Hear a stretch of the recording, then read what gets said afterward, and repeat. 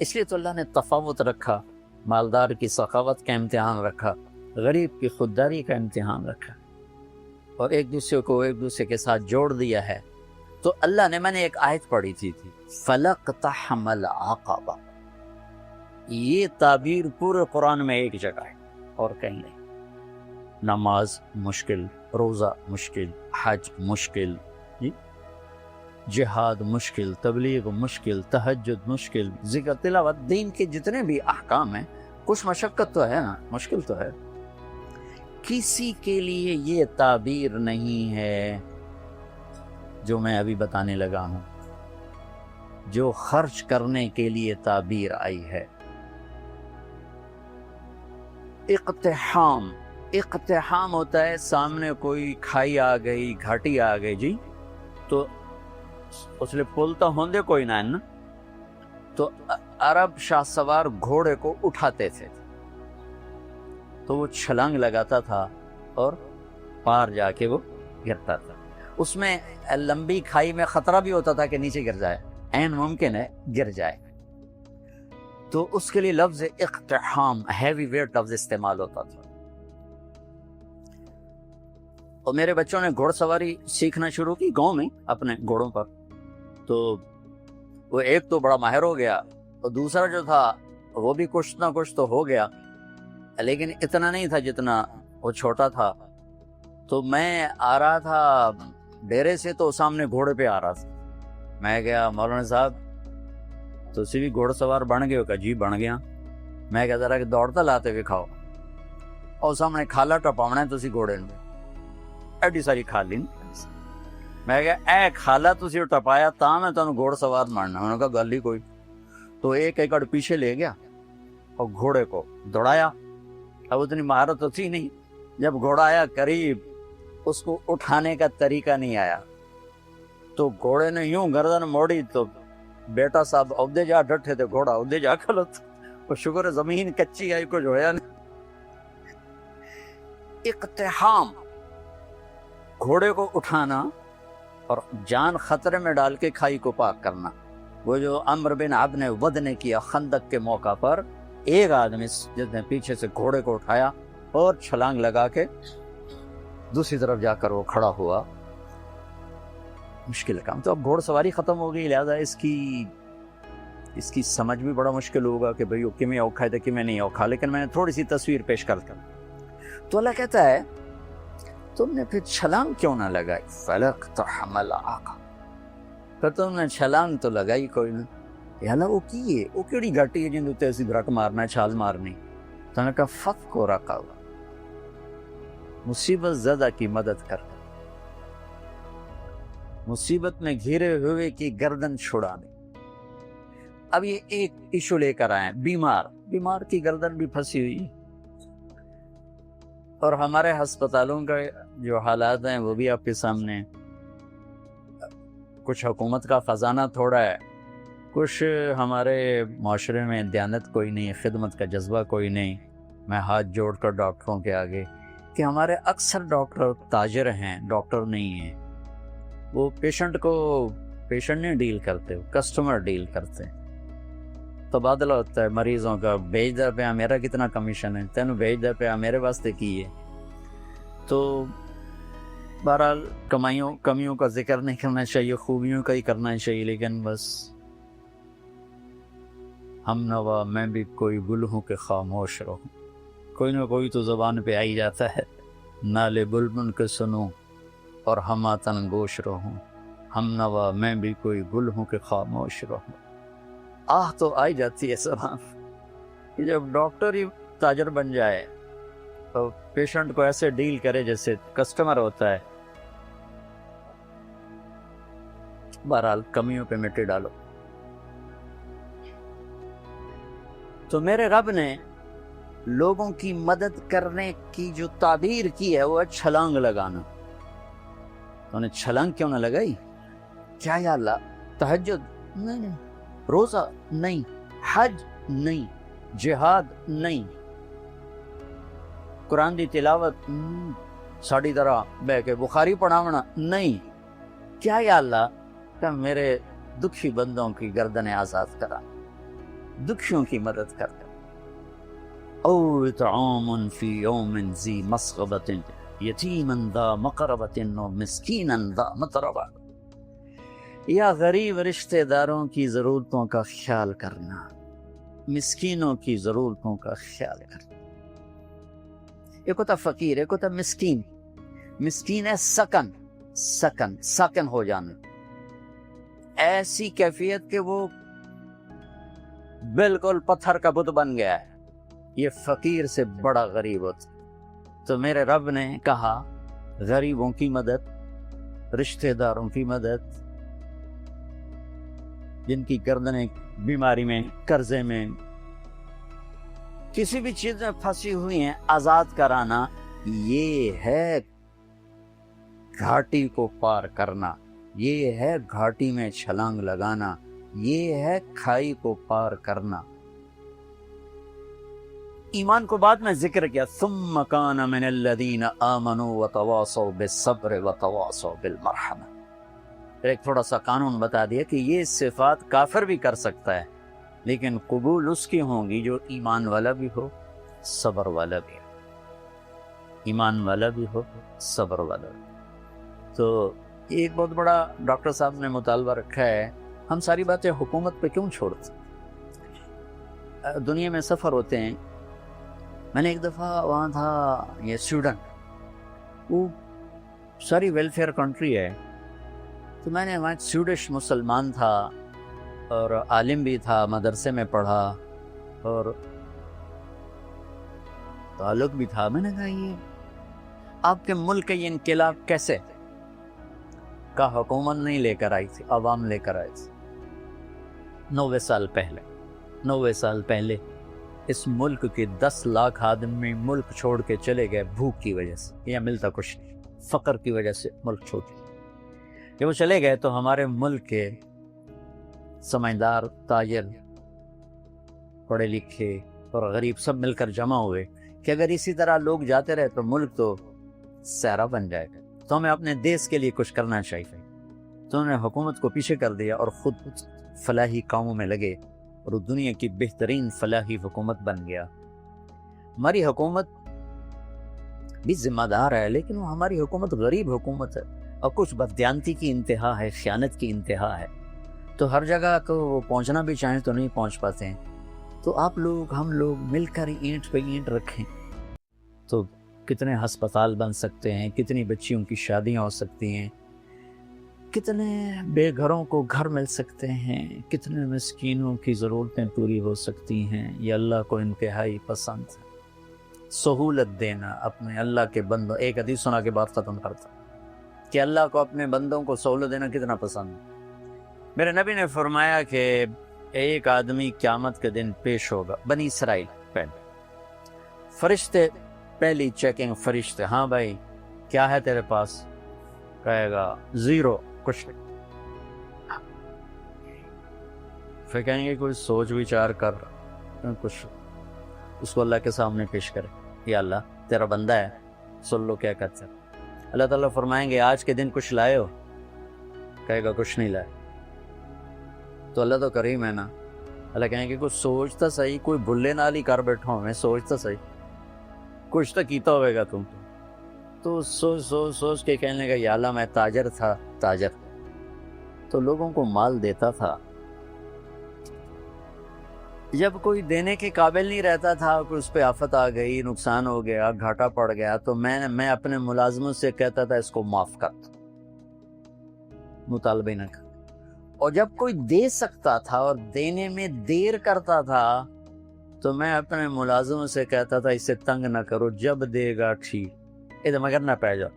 کہ آپ کے بازاروں میں روز لڑائیاں ہوتی اور گریبان پکڑے ہوتے ہیں، ٹیلی فونوں پہ لگے ہوتے ہیں، گالیاں دے دے دے، کیونکہ کاروبار سارا ادھار پہ چلا گیا ہے.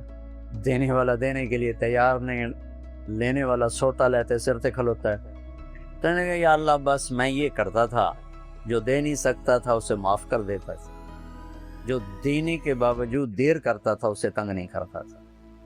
نہ اس کے ایمان کے بعد اور کچھ نہیں، ایمان کے سوا اور کچھ نہیں. اس پر اللہ تعالیٰ فرمائیں گے واہ واہ تو نے میرے بندوں کے ساتھ اتنا سہولت کا معاملہ کیا، تو میں رب ہو کر کیوں نہیں کروں گا؟ چل جا معاف جاتے جاؤ جنت، میری جنت میں۔ اللہ بڑا کریم ہے، تھانے دار نہیں ہے، رب ہے، رب رب کریم رب۔ جب آپ نے اعلان کیا کہ چلو تقدیر کو پورا کرو، تو جبریل بھی غمگین ہو کر کہنے لگے یا رسول اللہ، پھر میرا بھی آج دنیا میں آخری دن ہے، آج کے بعد میں بھی کبھی اس دنیا میں لوٹ کے نہیں آؤں، یعنی وحی کے ساتھ۔ آپ کی آنکھیں بند ہوئیں۔ حضرت عائشہ رضی اللہ تعالیٰ عنہ کی چیخنے تو ساری بیگمات توڑی دوڑی آئیں، تو آپ کی منزل پوری ہو چکی تھی، تو آپ کو لٹایا گیا اور چادر ڈال دی گئی۔ ابو بکر رضی اللہ تعالیٰ عنہ اپنی دوسری بیگم کے پاس گئے تھے، عوالی، 3-4 میل، پتہ چلا تو وہاں سے گھوڑے پر وہ دوڑتے ہوئے آئے اور آ کر آپ کے ماتھے سے، چہرے سے کپڑا ہٹایا اور آپ کے ماتھے پر بوسہ لیا، تو آپ کے آنسو ماتھے پر گرے۔ کوا و نبیہ و خلیلہ و صفیہ، ہائے میرا نبی، ہائے میرا دوست، ہائے میرا خلیل، ہائے میرا جگر، کہ یا رسول اللہ آج کے بعد آپ کوئی دکھ نہیں دیکھی۔ 11 ہجری میں آپ حج کے لیے تشریف لے، اور یہ صورت آئی 11 تاریخ کو، 11 حج کے، ذوالحج، اذا جاء نصر اللہ والفتح۔ اس میں اشارہ تھا کہ میرے نبی آپ کا مشن مکمل ہو چکا ہے، اب آپ ہمارے پاس آنے کی تیاری فرمائیں۔ تو یہ جب یہ زوال سے پہلے آپ اپنے خیمے میں لیٹے ہوئے تھے، یہ آخری صورت ہے قرآن کی جو نازل ہوئی، تو آپ نکلے زوال کے بعد، آپ نے تینوں شیطانوں کو پتھر مارے، پھر آپ اپنی اونٹنی ازوا پہ سوار ہوئے اور آپ نے یہ تعریفی جملہ بولا، ایھا الناس عسیٰ اللہ تلقونی بعد عامی ھذا، لوگو یہ میری تمہاری آخری ملاقات، آج کے بعد تم مجھے نہیں دیکھو۔ واپسی پر آپ نے معاذ بن جبل کو مدینے سے یمن روانہ فرمایا، تو معاذ بن جبل سے ایسی محبت تھی کہ ان کو سی آف کرنے کے لیے 7 میل پیدل چل۔ اب کسی کو روانہ کرنے کے لیے ساتھ نہیں چلتے تھے، مسجد سے روانہ کر دیتے۔ معاذ بن جبل کو 7 میل ساتھ چلے، اور جب آخری پوائنٹ آیا سفر کا تو کہنے لگے، معاذ عسیٰ اللہ تلقانی بعد عام ھذا، معاذ میری آخری ملاقات، وَلَعَلَّكَ تَمُرُّ بِقَبْرِي وَمَسْجِدِي ھذا، جب تو واپس آئے گا تو میری قبر دیکھے گا اور میری مسجد مجھے نہیں دیکھے۔ تو فَبَكَىٰ مُعَاذٌ جِشْعًا لِفِرَاقِ رسول اللہ، تو معاذ بن جبل پھوٹ پھوٹ کے رونے لگے آپ کی جدائی کا تصور کر، تو آپ کی آنکھوں میں بھی آنسو آ، تو آپ نے جلدی سے منہ یوں پھیر لیا، معاذ پیچھے ہو گئے اور آپ ادھر ہو گئے، اپنے آنسو چھپا لیے، اور معاذ ان اول الناس بی المتقون من کانوا وحیث کانوا، معاذ اس جدائی کا غم نہ کر، جو تقوی پر مرے گا وہ میرا سب سے قریب ہوگا، چاہے وہ پاکستان میں ہو یا افریقہ میں ہو، میرے سب سے قریب وہ ہوں گے جو تقوی والے ہوں گے، جو اللہ سے حیا کرنے والے ہوں گے۔ جب آپ واپس تشریف لائے 29 محرم صفر 29 صفر عصر کی نماز کے بعد ایک جنازہ تھا، اس جنازے کو پڑھانے کے بعد اس کو دفن کے لیے آپ جنت البقیع تشریف لے گئے، وہاں سے واپس ہونے لگے تو سر درد اٹھا اور وہ درد ایک دم بڑھنا شروع ہوا، اور اس دن باری حضرت عائشہ کے گھر کی تھی، تو آپ گھر میں تشریف لاتے لاتے درد کے ساتھ بخار، تیز بخار، تیز درد، تیز بخار، اور 14 دن 12 ربیع 29 30 2 دن یہ اور 12 دن اگلے 14 دن آپ نے بیماری دیکھی، مسلسل سر درد اور مسلسل بخار، اور روزانہ آپ جب گھر بدلتے اس کو 9 بیویاں زندہ تھیں، تو آپ پوچھتے کل کس کی باری ہے، کل کس کی باری ہے، یہ میمونہ کی ہے، اگلا دن کل کس کی باری، یہ حفصہ کی، کل کس کی باری ہے، ام سلمہ کی ہے۔ تو بیگمات نے اس سے سمجھا کہ اللہ کے نبی یہ چاہتے ہیں کہ میں بیماری کے دن عائشہ کے پاس گزار، ورنہ آپ کو تو خود پتہ ہے کل کس کی باری ہے، پرسوں کس کی باری ہے، ترسوں کس کی باری ہے۔ تو حضرت میمونہ کے گھر میں آپ تشریف فرما تھے، تو ساری باقی 8-7 بیگمات جمع ہوئیں اور انہوں نے آ کے عرض کی، یا رسول اللہ جب تک آپ بیمار ہیں آپ عائشہ کے پاس آرام فرمائیں، اور جب اللہ آپ کو شفا دے دے تو پھر ہماری ترتیب کو آپ دوبارہ شروع فرما دیں۔ تو آپ نے سب کا شکریہ ادا کیا۔ عدل کی مثال کا اسلام جب دوسری شادی کی اجازت دیتا ہے تو عدل کی شرط لگاتا ہے، علم تعدلوا، اگر عدل نہیں کر سکتے پھر ہی کیا عدل، اور آپ نے فرمایا جس نے دوسری شادی کی اور عدل نہ کیا کتنی مرضی عبادت کر کے آیا تو قیامت کے دن آدھا حصہ اس کا فالق زدہ ہوگا، ایک سائیڈ اس کی فالق زدہ ہوگی، کتنے ہی مراقبے کر کے کتنی ہی نمازیں پڑھ کے آیا ہو، انصاف نہیں کیا تو پورا آدھا حصہ فالج کی پکڑ میں ہوگا۔ جب سب بیگمات نے یہ کہہ دیا کہ آپ وہاں گزاریں تو آپ نے شکریہ ادا کیا، علی اور عباس کو بلایا، ان کے کندھوں پہ آپ نے یوں ہاتھ رکھے اور آپ کے پاؤں یوں زمین پہ لگ رہے، آپ پورا پاؤں نہیں لگا پا رہے تھے، کمزوری سے یہ پوزیشن تھی اس طرح۔ اور یہ پیر کا دن تھا، آپ حضرت عائشہ کے گھر میں داخل ہوئے اور اگلے پیر کو حضرت عائشہ کے گھر میں آپ اپنے اللہ کے پاس چلے۔ آخری ہفتہ آپ نے حضرت عائشہ کے گھر میں گزارا۔ صحابہ ملاقات کے لیے حاضر ہوئے تو آپ ان کو دیکھ کے رونے لگے اور فرمایا کہ میں تمہیں اللہ کے سپرد کرتا ہوں، اللہ تمہاری حفاظت کرے، اللہ تمہارا ساتھی ہو، آواکم اللہ، حفظکم اللہ، نصرکم اللہ، بہت دعائیں کی۔ تو عبداللہ بن مسعود رضی اللہ تعالیٰ عنہ نے پوچھا یا رسول اللہ، لگتا ہے جیسے جانے کا وقت ہے، تو آپ کو غسل کون دے گا؟ آپ نے فرمایا میرے اہل بیت۔ آپ کو کفن کون دے گا؟ کہ میرے اہل بیت۔ آپ کا جنازہ کون پڑھے گا؟ تو آپ رونے لگے۔ تو آپ نے فرمایا جب تم مجھے غسل دے دو تو سب نکل جانا، سب سے پہلے میرے دو وزیر جبریل و میکائیل آئیں گے اور وہ میرے اوپر درود و سلام پڑھی۔ ہمارے نبی کا جنازہ ایسے نہیں ہوا اللہ اکبر اور پیچھے صفین، آپ کی چارپائی کے پاس آ کر صحابہ کھڑے ہو جاتے، وہ میں ابھی بتاتا ہوں۔ تو آپ نے فرمایا سب سے پہلے جبریل و میکائیل آ کر میرے اوپر درود و سلام پڑھیں گے، پھر اس کے بعد ساتوں آسمان کے فرشتے باری باری آئیں گے۔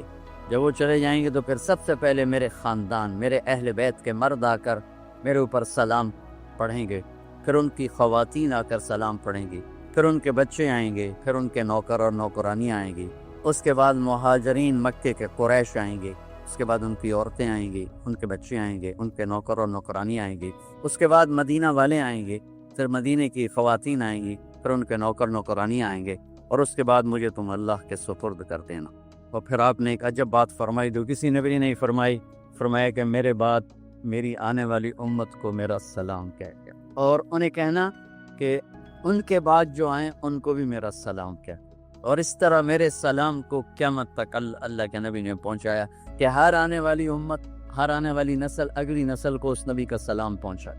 آپ کے جانے میں 5 دن باقی تھے تو آپ نے فرمایا مجھے 7 کنوؤں کے پانی سے غسل کرواؤ، تو 7 کنوؤں سے پانی لایا گیا مشکیزوں میں بھر کر۔ تو حضرت عائشہ کے گھر میں کوئی ایسا ٹب نہیں تھا جس میں بیٹھ کے وہ آپ نہا سکتے، تو حضرت حفصہ کے گھر سے ٹب منگوایا گیا، آپ اس میں بیٹھے، تہمت باندھا ہوا تھا، کرتا اتارا اور آپ پر 7 کنوؤں کا پانی ڈالا گیا، تھوڑا تھوڑا تھوڑا تھوڑا تھوڑا تھوڑا، تو اس سے بخار کی شدت کم ہوئی، اور آپ سر درد کی وجہ سے آپ نے ایسے پٹی باندھی سرخ رنگ کی، اور اس کے بعد حضرت علی اور فضل بن عباس کے کندھوں کا آسرا لے کر آپ مسجد میں تشریف لائے، اور آپ ممبر پر بیٹھے اور آپ نے فرمایا لوگوں میرے جانے کا وقت آ چکا ہے، میں نے کسی پر زیادتی کی ہو، کسی کو تھپڑ مارا ہو، کسی کو چھڑی ماری ہو، کسی کا حق دبایا ہو، تو میں اپنی جان کے ساتھ، مال کے ساتھ حاضر ہوں، مجھ سے یہی بدلہ لے لو،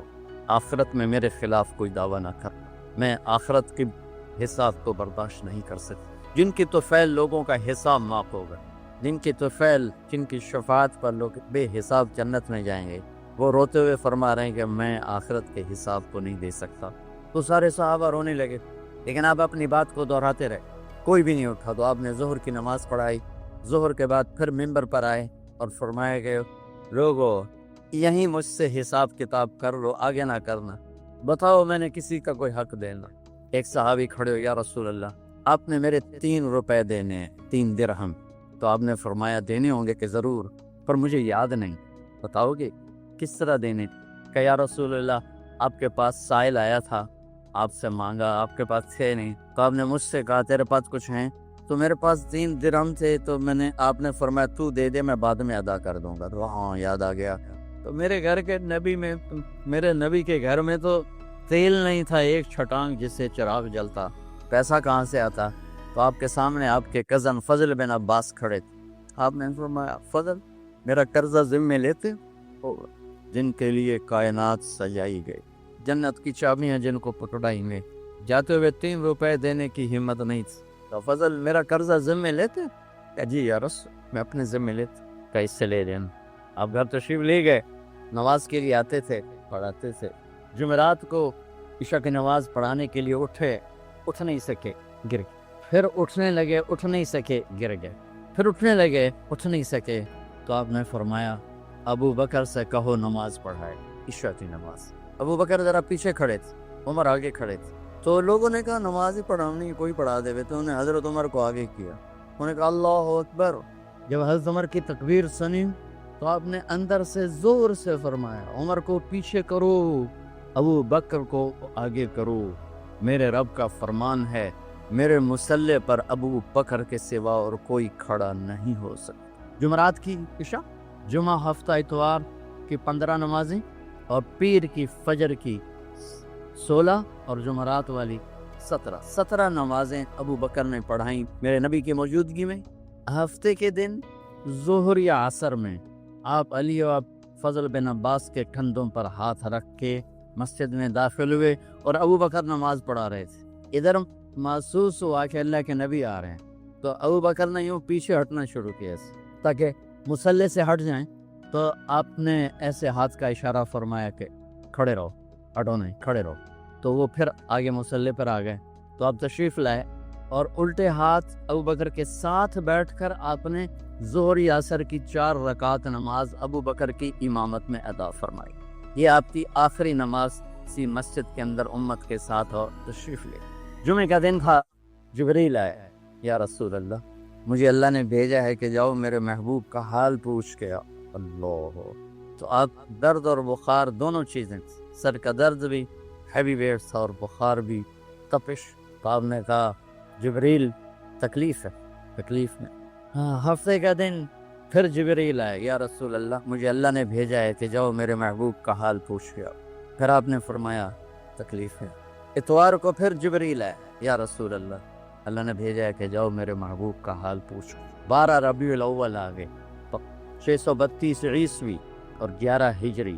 آپ کی طبیعت میں بشاشت آئی. تو صحابہ نماز پڑھ رہے تھے, آپ نے دروازہ کھول کے سب کو یوں دیکھا. تو حضرت انس فرماتے ہیں ہم سب نماز میں تھے, لیکن جب دروازہ کھلنے کی آواز آئی اللہ کے نبی کا چہرہ, تو ہم سب نماز میں یوں ہو گئے. نماز کے اندر ہی سارے اللہ کے نبی کو دیکھنا شروع کر دی, بھول ہی گئے کہ نماز پڑھ رہے ہیں, ایسے گم ہو گئے آپ میں. تو آپ نے جلدی سے دروازہ بند فرما دیا. یہ آپ کی آخری زیارت تھی اپنی امت کے لیے. اس کے بعد آپ اپنے اللہ کی طرف کا سفر شروع کیا. تو اشراق کے بعد آپ نے اپنی بیگمات کو بلایا, ان کو بتایا نہیں کہ میں آج جا رہا ہوں. سب سے ملے, سب کو الوداع کیا اور انہیں بھیجا. اس کے بعد آپ نے حضرت فاطمہ کو بلایا, جنت کی عورتوں کی سردار, سب سے زیادہ محبوب بیٹی, سب سے زیادہ جگر کا ٹکڑا, دل کا ٹکڑا کا, جس نے فاطمہ کو دکھ دیا مجھے دکھ, جس نے ایسے سکھ دیا مجھے سکھ دیا. ہاں, ان کو قریب کا, بیٹی قریب ہو. تو ان کے کان میں کہا میں جا رہا. وہ رونے لگی. سامنے نا رو نہیں, چند دنوں کے بعد تیری میری ملاقات ہو جائے گی سب سے پہلے. تو 6 ماہ بعد حضرت فاطمہ کا بھی 24 سال کی عمر میں یا 25 سال کی عمر میں انتقال ہو گیا. ان کو رخصت فرمایا. پھر آپ نے داماد مولا علی کو بلایا, ان کا سر اپنی گود میں رکھا اور ان کے سر پہ اور کمر پہ ہاتھ پھیرتے رہے اور ان کو دعائیں دیتے رہے. آہستہ آہستہ تھی, آواز اونچی نہیں تھی, پست آواز تھی, اور یوں سر پہ کمر پہ, سر پہ کمر پہ اور دعائیں دے رہے. ان کو رخصت فرمایا. آخر میں اپنے جگر کے ٹکڑے حسن اور حسین کو بلایا. ایک آپ کو حدیث سناتا. میرے نبی نے فرمایا اپنے بچوں کو عزت دیا کرو, اکرموا اولادکم. خاص طور پہ ماؤں سے کہتا ہوں کہ جب ہم بچوں سے عزت چھین لیتے ہیں, ان سے ہم سب کچھ چھین لیتے. پڑھے نہیں ہو, اسکول نہیں گئے ہو, ٹیوشن نہیں پڑھی ہے, ہوم ورک نہیں کیا ہے, یہ کیوں کھایا, یہ کیوں پہنا, اس پر جب ماں اور باپ بچے کو ذلیل کرتے ہیں تو آپ یاد رکھیں آپ ان کے دلوں میں اپنے لیے نفرت کر رہے. میرے نبی نے فرمایا بچوں کو عزت دو, اولاد کو عزت. وہ عزت تمہیں واپس کریں گے جب تمہیں ضرورت ہو. جب تم ان کے محتاج بنو گے تو پھر وہ عزت تمہیں واپس ملے. اگر ڈانٹ ڈپٹ تربیت کے نام پر کچھ نہیں ملے گا. تو آپ حسن حسین کو کیا عزت دیتے تھے؟ آپ نماز پڑھا رہے ہیں, نماز ہے مسجد کے اندر, گھر میں نہیں ہے, اور آپ سجدے میں گئے, دونوں بھائی کود کے کمر پہ چڑھ گئے. کوئی ہمارے آج کا دیندار ہوتا اس وقت ہی انہوں نے 2 لیتر مارنے ہیں.